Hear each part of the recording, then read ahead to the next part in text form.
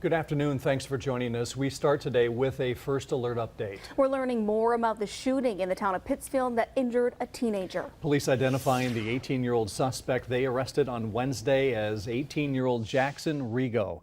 Rego appeared in Brown County Court this afternoon, the judge issuing a $100,000 cash bond. He's currently facing charges of first-degree reckless injury and endangering safety with the use of a dangerous weapon.